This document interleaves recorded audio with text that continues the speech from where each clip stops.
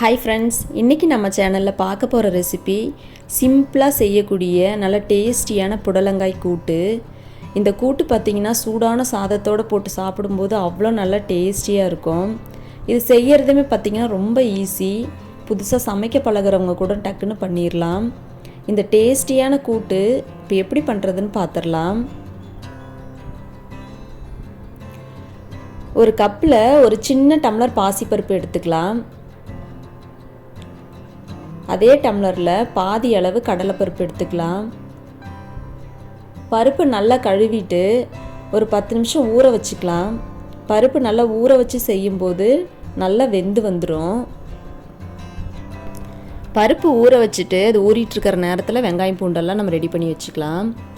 இப்போ 10 நிமிஷம் பருப்பு நல்லா ஊறிடுச்சு. அதை ஒரு குக்கருக்கு மாற்றிக்கலாம்.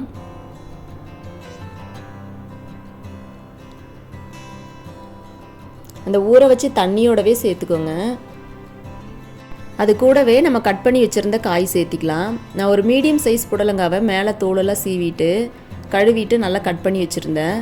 அதை சேர்த்திக்கலாம். காய் கூடவே ஒரு பச்சை மிளகா, நீங்கள் உங்கள் காரத்துக்கு தேவையான அளவு போட்டுக்கோங்க.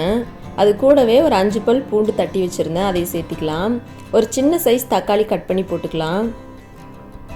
ஒரு கைப்பிடி சின்ன வெங்காயம், 1/4 டீஸ்பூன் மஞ்சள் தூள், தேவையான அளவு உப்பு, 1/4 டீஸ்பூன் பெருங்காயத்தூள் எல்லாமே சேர்த்துட்டு கொஞ்சமாக தண்ணி ஊற்றிக்கலாம்.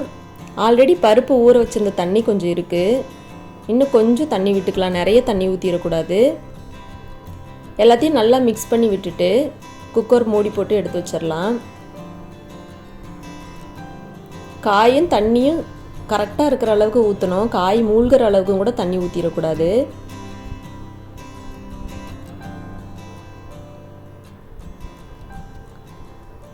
இப்போ எல்லாமே போட்டு தேவையான அளவு தண்ணியெல்லாம் ஊற்றியாச்சு. குக்கர் மூடி போட்டு இப்போ எடுத்து அடுப்பில் வச்சிடலாம். ஒரு 3 விசில் விட்டு எடுத்தோம் அப்படின்னா கரெக்டாக இருக்கும்.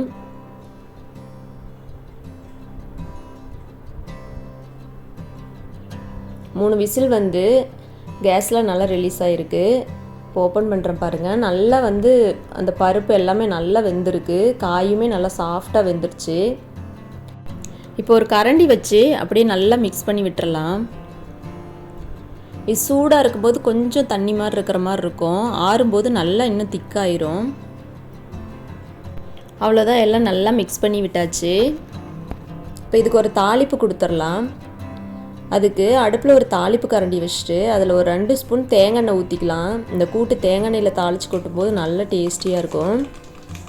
அதில் 1 டீஸ்பூன் கடுகு, ஒரு 1/2 டீஸ்பூன் ஜீரகம் போட்டுக்கலாம்.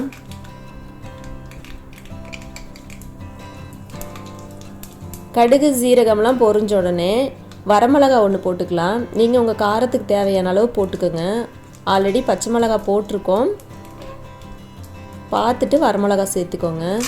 அது கூடவே நல்லா ஃப்ரெஷ்ஷான ஒரு கொத்து கருவேப்பிலை போட்டு நல்லா தாளித்து அந்த கூட்டோடு சேர்த்திடலாம்.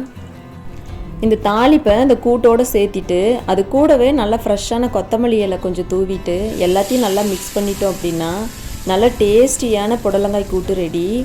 இது நல்லா சாதத்தோடு போட்டு சாப்பிடும்போது அவ்வளோ நல்லா டேஸ்டியாக இருக்கும். எல்லாருமே நல்லா விரும்பி சாப்பிடுவாங்க. குழந்தைங்களுக்குமே பார்த்திங்கன்னா நல்லா சாதத்தில் போட்டு கொஞ்சமாக நெய் விட்டு நல்லா பிணைஞ்சு ஊட்டி விட்டிங்க அப்படின்னா நல்லா விரும்பி சாப்பிடுவாங்க. அவ்வளோ நல்லா டேஸ்டியாக இருக்கும். இந்த டேஸ்டியான புடலங்காய் கூட்டு நீங்களும் உங்கள் வீட்டில் ஒரு முறை ட்ரை பண்ணி பாருங்கள். பிடிச்சிருந்தால் லைக் பண்ணி ஷேர் பண்ணி கமெண்ட் பண்ணுங்கள். அப்படியே நம்ம சேனலை சப்ஸ்கிரைப் பண்ணிவிட்டு பக்கத்தில் உள்ள பெல் ஐக்கானை கிளிக் பண்ணிக்கோங்க. அப்போ தான் நான் போடுற வீடியோஸ் எல்லாமே உங்களுக்கு நோட்டிஃபிகேஷனாக வரும். நெக்ஸ்ட் வீடியோவில் பார்க்கலாம். தேங்க்யூ.